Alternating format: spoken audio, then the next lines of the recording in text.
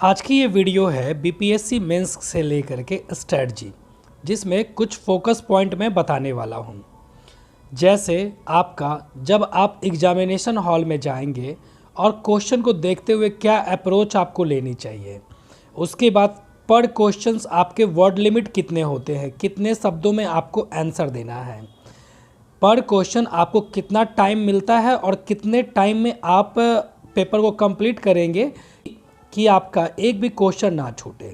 इसके अलावा जैसे बहुत लोग होते हैं पहली बार एग्जामिनेशन हॉल में जाते हैं तो घबरा जाते हैं, तो उनको क्या करना चाहिए, क्वेश्चन पेपर देखते हैं उनको एकदम से एंजाइटी फील होने लगता है, या तो डर जाते हैं या तो बहुत खुश हो जाते हैं, तो उनको क्या करनी चाहिए। इसी तरह के कुछ क्वेश्चंस को हम लोग इसमें देखेंगे। ठीक है, तो देखिए सबसे पहले हम लोग मेंस की कॉपी को देख लेते हैं। तो ये देखिए, ये पेपर जो है ना वो 13 रुपये में पटना कॉलेज के सामने में ऐसे मिल जाएंगे आपको। इसमें जो है कुल मिला के 36 पन्ने होंगे और जैसा भी पीएससी का कॉपी होता है सेम टू सेम ऐसे कॉपी आपको डिज़ाइन किए गए हैं। अगर बहुत सारे लेंगे तो हो सकता है सस्ता मिल जाए, तो ये मैंने लिया था टेस्ट प्रैक्टिस के लिए, यानी आंसर राइटिंग प्रैक्टिस के लिए मैंने इसको लिया था।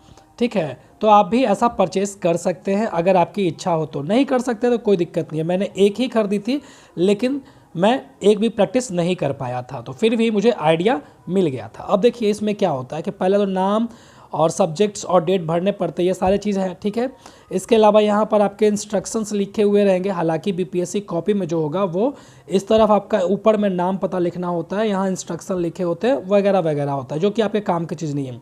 यहाँ पर एक चीज़ यहाँ पर काम की रहती है जिसके बारे में हम लोग आगे बात करते हैं। तो देख रहे हैं यहाँ पर बीपीएससी का पेज नंबर ऐसे स्टार्ट होता है। कुल मिलाकर के इसमें 36 पेजेस होते हैं, आपका लिखने के लिए मिलते हैं हम लोग को। 1 नंबर, 2 नंबर, फिर 3 नंबर, 4 नंबर, ऐसे करके 36 पन्ने मिलते हैं हमको, वो चाहे जीएस के पेपर हो और चाहे वो ऑप्शनल के पेपर हो। अब देखिए पेजेस और पन्ने में कंफ्यूज नहीं करना, मैंने आपको दिखा दिया है कि ये 1 नंबर पेज होगा और ये एक 2 नंबर पेज होगा। उसी तरह से लास्ट में ये 35 होगा और 36 होगा। ठीक है, जैसे आपको समझना है समझ लीजिए। तो कुल मिला के 36 पेजेस आपको मिलते हैं एग्जामिनेशन में। ठीक है, इस तरफ मार्जिन खींची हुई रहती है, यहाँ आपको क्वेश्चन का नंबर लिखना होता है और यहाँ कुछ भी नहीं लिखना होता, तो लिखना इसी एरियाज़ में लिखना होता है। ठीक है, अब देखिए जैसे कि मेंस का जो है ना क्वेश्चंस आपको है, तो जैसा कि मैंने पिछली वीडियो में बताया था कि जीएस पेपर 1 और जीएस पेपर 2, तो इसमें सेक्शंस होते हैं। जैसे यहाँ पर सेक्शन 1 है और यहाँ पर सेक्शन 2 है, इसी तरह से सेक्शन 3 भी रहेंगे, है ना। जो लोग पिछली वाली वीडियो नहीं देखे हैं देख सकते हैं, डिस्क्रिप्शन में लिंक मिल जाएगा, प्लेलिस्ट में लिंक मिल जाएगा। तो जैसा कि आप लोग जानते हैं कि जीएस पेपर 1 में 3 सेक्शंस होते हैं और पहला सेक्शन से 3 क्वेश्चन लिखना होता है, दूसरा सेक्शन से 3 क्वेश्चन लिखना होता है और तीसरा सेक्शन से 2 क्वेश्चन लिखना होता है।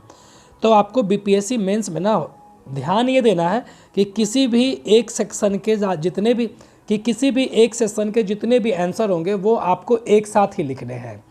नहीं समझे? जैसे मान लीजिए कि अभी आपने सेक्शन 1 उठाया, तो ऐसा नहीं कर सकते हैं आप कि सेक्शन 1 यहाँ पर लिखे और इसका क्वेश्चन नंबर 1 यहाँ पर लिख दिए और फिर सेक्शन नंबर 2 लिखे और इसका क्वेश्चन नंबर 2 लिख दिए और फिर से यहाँ पर सेक्शन नंबर 3 लिखे और फिर से इसका कुछ क्वेश्चन लिखे। ऐसा नहीं कर सकते हैं आप।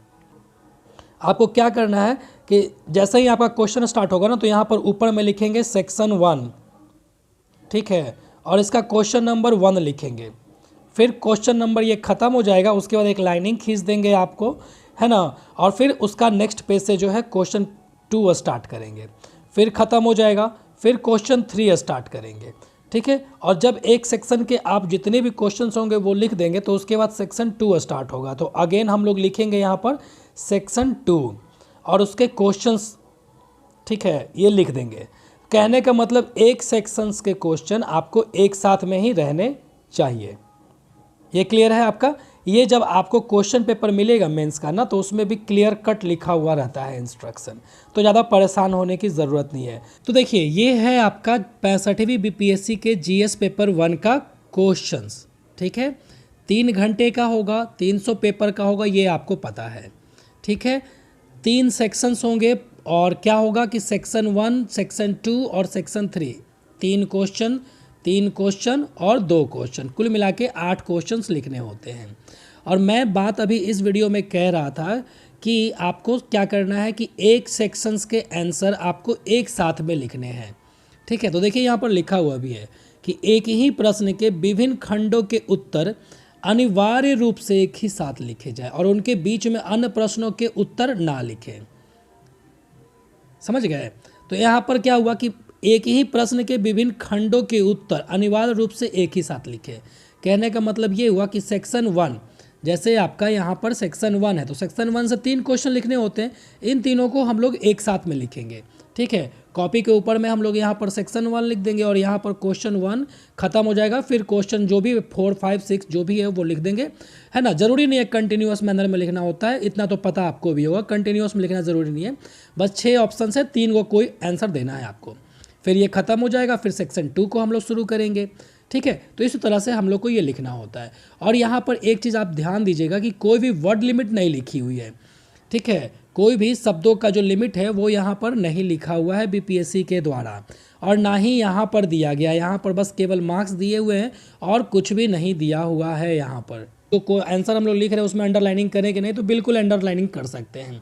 ध्यान ये रखना होता है कि एक ही पेन का इस्तेमाल करना होता है, एक ही कलम का इस्तेमाल करना होता है। 2-3 कलम यूज़ करने के लिए आपको पहले जो वहाँ पर रहेंगे शिक्षक महोदय उनसे परमिशन लेनी पड़ेगी।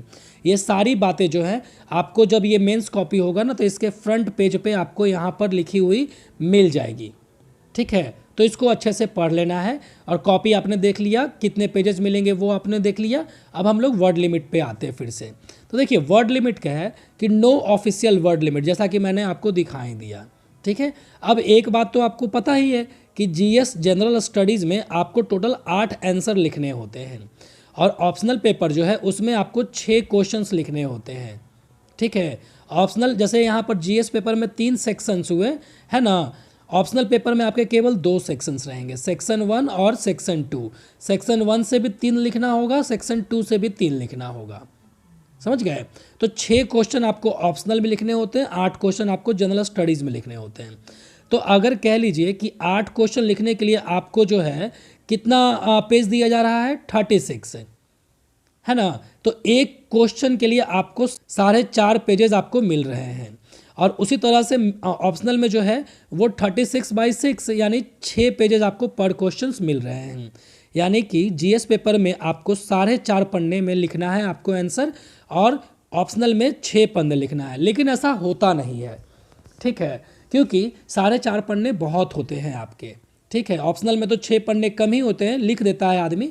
लेकिन ध्यान ये रखना है कि इसमें ना ऐसा नहीं होना चाहिए कि बहुत ही कम होना चाहिए, क्योंकि मार्क्स देखिए यहाँ पर 38 मार्क्स के हैं और इसका अगर आंसर आप 2 पन्नों में लिख देते हैं और बहुत अच्छी क्वालिटी आपकी नहीं है, जो कि बहुत कम ही होती है, तो अगर मान लीजिए जीएस पेपर 1 में एवरेज मार्किंग ही कर रहा है, तो सिंपल सा कॉन्सेप्ट है। मान लीजिए कोई बंदे ने दो पेजेस में आंसर लिखे हैं और कोई बंदे ने 4 पेजेस में आंसर लिखे हैं। अब जब एवरेज मार्किंग बैठानी है तो मान लीजिए इसको 2 पेजेस में आपको कितना नंबर मिलेगा, 10 नंबर मिलेगा, है ना। अगर 5-5 देना है तो, और ये 4 है तो इसको कितना मिल जाएगा, 20 नंबर मिल जाएगा। ठीक है, क्वालिटी मायने करती है, ऐसा नहीं है। अगर ये 2 पेजेस में भरपूर क्वालिटी है तो इसको भी 20 नंबर मिलेंगे। लेकिन बहुत लोग तो क्वालिटी मेंटेन नहीं कर पाते हैं ना, और वो लोग जब एवरेज मार्किंग करनी होती है तो समझ ही रहे हैं, सबके क्वेश्चन पढ़ना पॉसिबल नहीं होता लाइन टू लाइन। तो इसलिए क्या करते हैं कि आपको आइडियल जो पेजेस होते हैं ना जीएस पेपर 1 के आंसर लिखने के लिए वो 3.5 से लेके 4 पन्ने होते हैं आपको। ठीक है, तो एक क्वेश्चन जीएस पेपर का आपको 4 पन्नों में लिखना चाहिए मेरे अनुसार।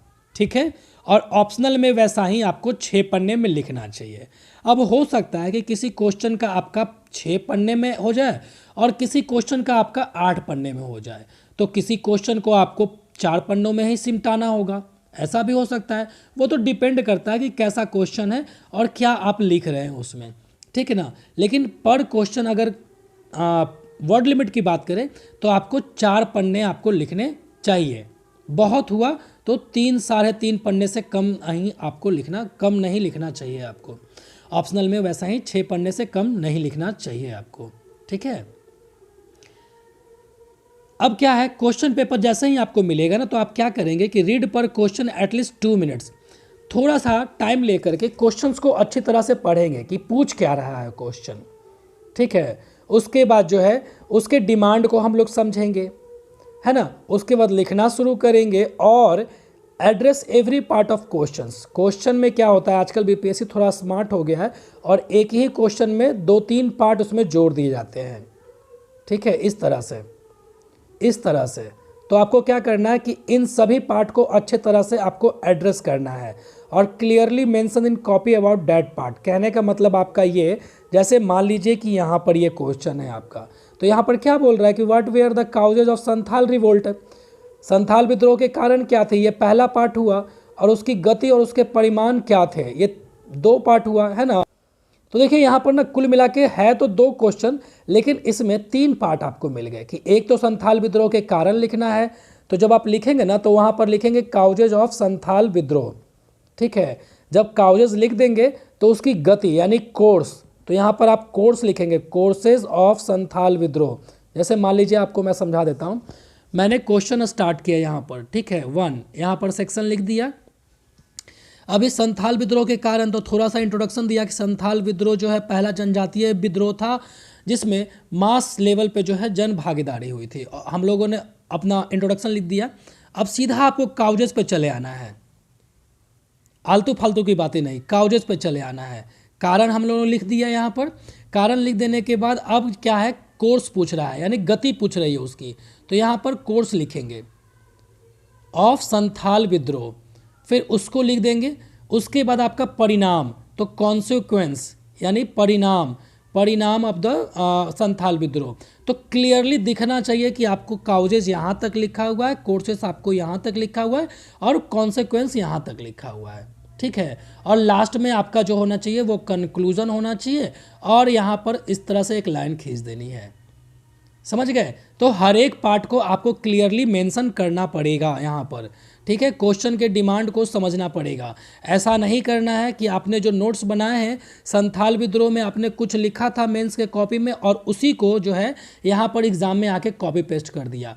जब तक आप एग्ज़ाम के सटीक आंसर को ना देंगे आपको नंबर नहीं मिलने वाले हैं, समझ गए ना। फिर उसी तरह से एक और क्वेश्चन हम लोग ले लेते हैं कि देखिए यहाँ पर लिखा हुआ discuss Nehru views on communalism and secularism. 2 part हुए इसके, सांप्रदायिकता और धर्मनिरपेक्षता पर नेहरू के विचार की विवेचना कीजिए। तो पहले नेहरू जी के बारे में थोड़ा सा लिख देंगे इंट्रोडक्शन में और फिर लिखेंगे नेहरू के विचार ऑन सांप्रदायिकता, ठीक है, और फिर लिखेंगे ऑन धर्मनिरपेक्षता और लास्ट में अपना कंक्लूजन देंगे आपका। उसी तरह से यहाँ पर भी था Champaran Satyagraha was a watershed in freedom struggle. तो इसमें कोई पार्ट नहीं है, एक्सप्लेन करना है आपको, ठीक है ना। ये स्टेटमेंट दिया हुआ है चंपारण सत्याग्रह स्वाधीनता संघर्ष का एक निर्णायक मोड़ था, स्पष्ट कीजिए।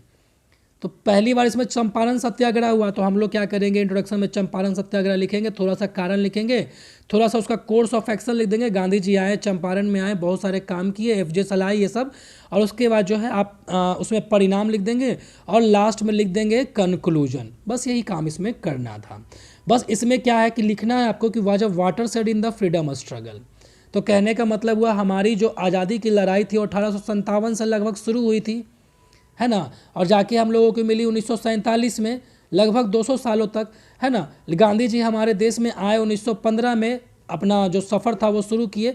1917 में वो चंपारण सत्याग्रह विद्रोह में जो है वो पार्ट लिए और मात्र 30 सालों में आज़ादी मिल गई हम लोगों को, समझ रहे हैं। तो जो काम यहाँ पर 170 सालों से ना हो पाया था वो 30 सालों में हो गया। तो इसी के लिए इसका चंपारण सत्याग्रह का नाम लिया जाता है कि watershed in the freedom struggle. तो इस तरह से चीज़ों को आपको लिखनी होंगी।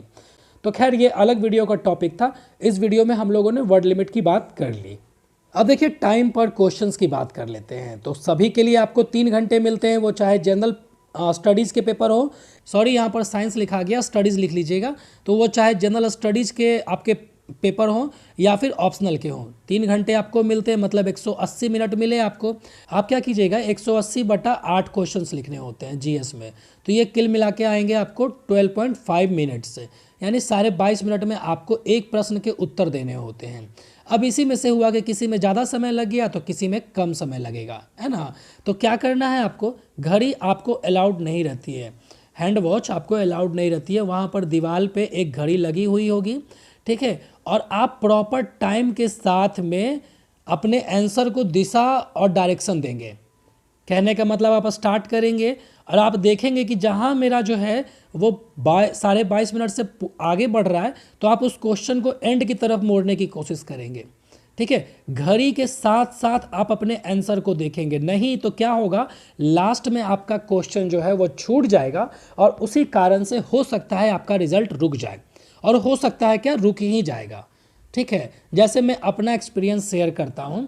जैसे मेरे जो है जीएस पेपर 1, चूँकि मेरा भी पहली बार मेंस था, तो मैंने क्या किया कि स्टैटिस्टिक्स यानी सांख्यिकी के क्वेश्चंस को बहुत ही आराम से बनाए और 1.5 घंटे मैंने स्टैटिस्टिक्स के क्वेश्चन बनाए। अब इसमें भी 36 नंबर और इसमें भी 36 नंबर होते हैं, है ना, तो 72 नंबर के लिए मैंने 1.5 घंटे आराम से बनाए। अब सोचिए कि बाकी के 1.5 घंटे में मेरे पास कितना क्वेश्चन लिखना हुआ, 6 क्वेश्चन। पॉसिबल है? नहीं है, छूट गया मेरा 2 क्वेश्चन।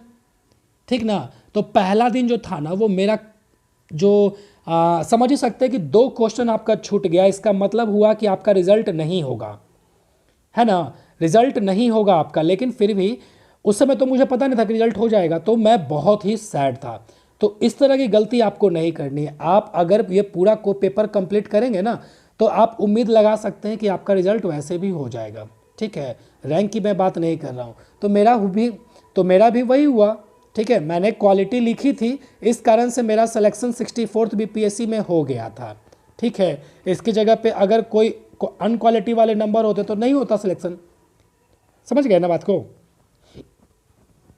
इसी तरह से आपको ऑप्शनल के लिए भी 180 मिनट्स में 6 क्वेश्चन लिखने होते हैं और आधे घंटे मिलते हैं एक क्वेश्चन को। तो घड़ी लगा रहेगा और प्रॉपर टाइम के अनुसार आपको वॉच करके अपने आंसर को कंप्लीट करके पेपर को टाइम पे कंप्लीट कर लेना है। समझ गए? तो जीएस पेपर के लिए आपको 22.5 मिनट और ऑप्शनल के लिए आपको 30 मिनट का समय मिलता है एक क्वेश्चन पे। इसी में कुछ ज़्यादा या कुछ कम हो सकता है। ठीक है, चलिए, अब आपने एग्ज़ाम दे दिया। अब एग्ज़ाम देने के बाद आपको क्या करना होता है कि जैसे क्वेश्चंस लिखा ना, तो जैसे मैंने बताया आपको कि सेक्शन 1 है और उसका क्वेश्चन नंबर 1 है और पेजेस नंबर लिखे रहेंगे नीचे में 1 2 ऐसे करके। तो इसका जो विस्तार है ना, वो आपका मान लीजिए कि आपने 4 पन्नों में लिखा, तो क्वेश्चन नंबर 1 1 से लेकर के 4 पेज तक, है ना। तो यहाँ पर पेजेस पे आपको लिखने होते हैं उसको। ठीक है, ये यहाँ पर दिख नहीं रहा है, ये यहाँ पर दिख नहीं रहा है, मैं दिखाता हूँ आपको। यहाँ पर जो है क्वेश्चन नंबर लिखा हुआ, तो 1 लिखेंगे। यहाँ पर पेजेस नंबर लिखेंगे तो इसमें लिखेंगे 1 से लेकर के 4 तक है। ठीक है, फिर जब टीचर कॉपी चेक करेगा तो यहाँ पर मार्क ऑब्टेन करेगा और यहाँ पर क्वेश्चन नंबर 1 2 3 4 5 6 लिखे हुए रहते हैं। ठीक है, तो आपको यहाँ पर पेजेस नंबर उसके लिखने पड़ते हैं। तो ये काम आपको ज़रूर से ज़रूर करना है। चलिए, अब क्या करते हैं कि जैसा मैंने बताया आपको कि जीएस पेपर 1 में मेरे 2 क्वेश्चन छूट गए थे। तो ऐसा हो कि अगर भगवान ना करे कि पहला दिन एग्ज़ाम आपका ख़राब हो जाए, जैसा कि मेरा ख़राब हो गया था, तो मैं क्या करता कि या तो छोड़ देता कि जब होना ही नहीं है तो करते क्या है ना। तो लेकिन आपको ऐसा नहीं करना है। आप क्या करेंगे कि जो हो गया सो हो गया, भूल जाइए उसको। मैंने जीएस पेपर 1 में थोड़ा सा उदास हुआ था, उसके बाद मैंने कहा कि वो जो हुआ, अब मैं अगले पेपर को बढ़िया तरीके से दूंगा और इसमें अपना 100% देने की कोशिश करूंगा। ठीक है, रिजल्ट होना होगा तो भगवान की इच्छा होगी तो हो ही जाएगी। मैं अपनी मेहनत कर सकता हूं, मैं अपनी मेहनत करूंगा। तो मैंने क्या सोचा कि अब आगे क्यों खराब करना है। ठीक है, इसलिए मैंने फिर से अगले पेपर को फुल कॉन्फिडेंस और मेहनत के साथ दी और आपके सामने मेरा रिजल्ट है कि 64th बीपीएससी में मेरा सिलेक्शन हो गया था। ठीक है, तो एक दिन पेपर अगर ख़राब हो जाए तो भी आपको हिम्मत नहीं हारनी है। ठीक है, तीनों पेपर को आपको फुल कॉन्फिडेंस और फुल स्ट्रेंथ के साथ आपको देनी है। तो मैं समझता हूं कि इस वीडियो में आपको मैंने बताया कि वर्ड लिमिट कुछ नहीं है। जीएस पेपर के लिए आपको 4 पन्नों में आंसर को लिखना चाहिए और ऑप्शनल के लिए 6 पन्ने में लिखना चाहिए। जीएस पेपर को 22.5 मिनट में आपको एक क्वेश्चन को लिखना चाहिए और ऑप्शनल को आधे घंटे में लिखना चाहिए। ठीक है, टाइम पे आप पेपर ख़त्म करेंगे, सबसे ज़रूरी बात है। ठीक है, दीवार रूम में घड़ी लगी रहेगी, घड़ी को देख करके आप अपना आंसर पेपर कंप्लीट करेंगे। घबराएंगे नहीं क्वेश्चन को देखते हुए और बहुत ज़्यादा खुश भी नहीं होंगे। क्वेश्चन के सभी पार्ट को एड्रेस करेंगे, अच्छे से पढ़ेंगे और बढ़िया तरीके से एग्ज़ाम देंगे फुल कॉन्फिडेंस के साथ और आपका सिलेक्शन हो जाएगा। ठीक है, मेंस उतना भी टफ नहीं है जितना कि प्रीलिम्स है। तो धन्यवाद। फिलहाल इस वीडियो में इतना ही था, बाकी के लिए मैं आगे वीडियो बनाता रहूँगा।